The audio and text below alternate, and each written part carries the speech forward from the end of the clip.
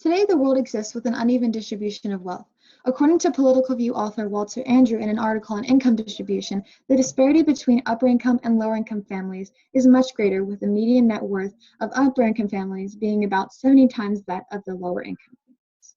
I'm Aurora Rivera, and today I'll be discussing how the effects of socioeconomic status on African American and Latino minorities are seen in terms of a physical activity aspect.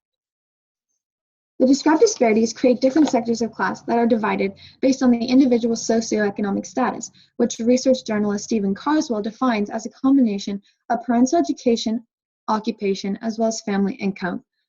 This picture illustrates the factors that hang in the balance of one's status with money and housing on opposite sides of the scale. In a racially diverse country like America, these factors tend to separate people by ethnicity and race, since certain systems have left minorities at economic disadvantages, especially African Americans and Latinos.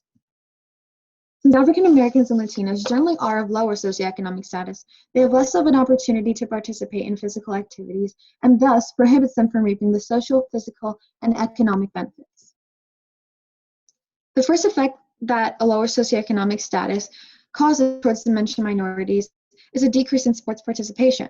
This is due to the fact that lower income communities tend to have less resources available and lower proximity to facilities due to a lower socioeconomic status, or SES, as seen in the charts where African Americans and Hispanics occupy the smallest portions of the bar seen here at the top, and the green being Latinos and the blue being African Americans.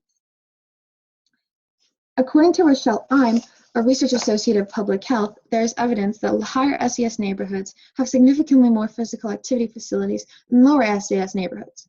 From interpreting this information, the cause and effect relationship that can be deduced is that when there is a lack of resources, there is also a lack of participation in physical activity, as there are no areas to facilitate it.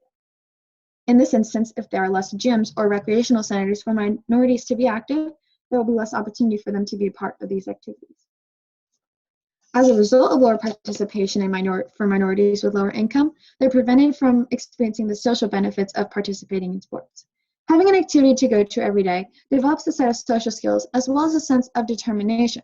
This is important for African Americans and Latinos because the lessons learned in the crucible of athletic competition prepare athletes to meet the vicissitudes of the workplace. As stated in the Dun & Bradstreet reports, the professional athlete's discipline, competitiveness, team playing ability, and expectation of success can mold him into a top-flight business executive, seen here in this drawing as a soccer player transitions into a business setting from the soccer field here seamlessly. Being a part of a recreational or serious physical activity encompasses being part of a community where people routinely come together and be active. They learn how to act around one another, which goes on to teach them how to act around people in general and have a respect and discipline. These principles cannot be taught to those who do not experience it themselves. It is important to consider how health diseases such as diabetes also tend to be more prominent amongst minorities. Yale research associate Arlene Marcia Tuckman mentions how significant studies show that the rate of diabetes is higher among American Indians, African Americans, and Hispanic Americans than among whites as a whole. This is seen on the left with the two largest bars after American Indians here and here. Such a condition does not work in accordance with having limited ability to be active within a community. Melissa Diane, an author of General Health and Nutrition, states that physical activity improves the flow of lymph in our lymphatic system, which is the circulatory system of our immunity. This is the portion that aids in controlling systematic levels and regulating diabetes, seen here on the right, as diabetes increases with a lack of exercise.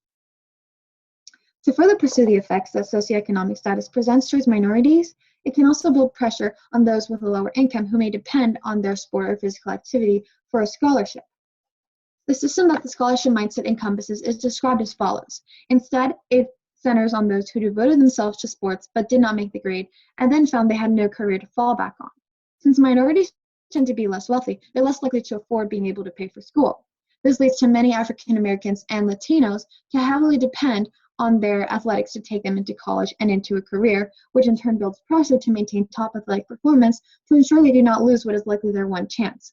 Yet, grades also hang in the balance to ensure the athlete can perform well athletically as well as academically. So when minorities with less resources and poorer education depend on their academics in addition to their athletics, their chances in life are make or break. This low chance is seen on the right with how it states only 2 of these Black athletes will make it. While there are still many minorities in sports, advocating for the hardships they had to face should be made in order to spread awareness. Research journalist and author Crystal Beeman states that less than 4% of students at Division I universities are African American, while 61% of men's basketball players and 46% of football players are African American. This is seen on the left with how all the players seen in the frame are of a minority. The fact is, however, that not all minorities are well represented overall for their small percentage of athletics, despite many sports mainly being composed of minorities on an individual level, which shows the uneven distribution of minorities in sports because of the racial system and socioeconomic status. By acknowledging this fact and advocating it to the public, awareness will spread and action can be taken to even out the distribution and general participation of minorities in athletics. An example of this is Serena Williams, who uses her victories to inspire youth to go for the things thought to be impossible. By speaking up, they can inspire many other people to fight and change the odds of minorities in physical activities. Thank you. Any questions? Yeah, I do have 2 questions for you. First question, what evidence did you gather that you didn't use, and then why'd you decide not to use it?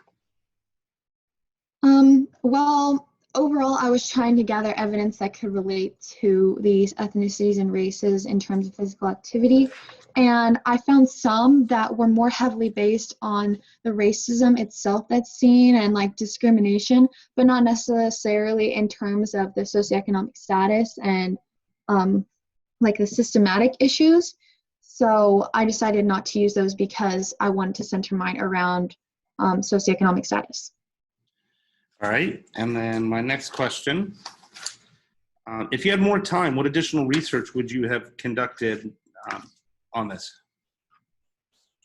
I maybe would have gone more into the political aspect, the certain systems that cause the minorities to have lower socioeconomic status, and not just make it about how socioeconomic status itself presents these effects towards minorities, but why also it is like this itself for minorities and why they tend to have lower socioeconomic status.